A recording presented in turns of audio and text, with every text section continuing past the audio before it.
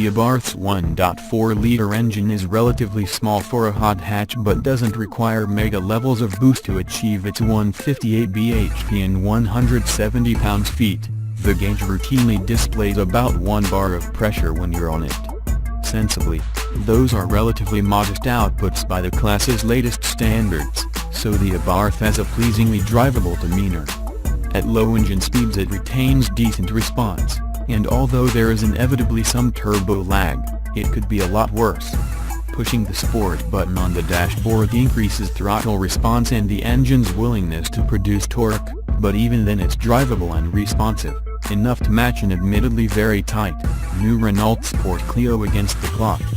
Besides, if you want to avoid any lag, dropping a cog on the standard 5-speed manual is no hardship.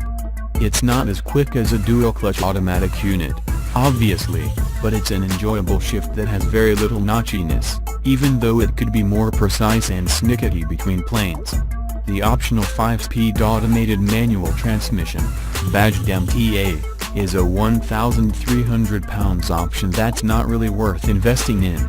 It's clunky and slows the car down, so avoid it unless you need an automatic. The motor eventually spins through to 6,500 revolutions per minute, but there's little to be gained from working through the last few hundred revs. Even though the numbers we return say that's the quickest way, it's just more pleasing to chuck the Abarth back into the meat of the torque range and feel it build. Peak power is all done by 5,500 revolutions per minute anyway, while peak torque comes at 3,000 revolutions per minute, and between those 2 points is where it feels gutsiest. Setting the Competizione apart from lesser Abarths and cars like the Clio, too, is its record Monza exhaust, which raps noisily on startup and always retains an enthusiastic edge. Wearing?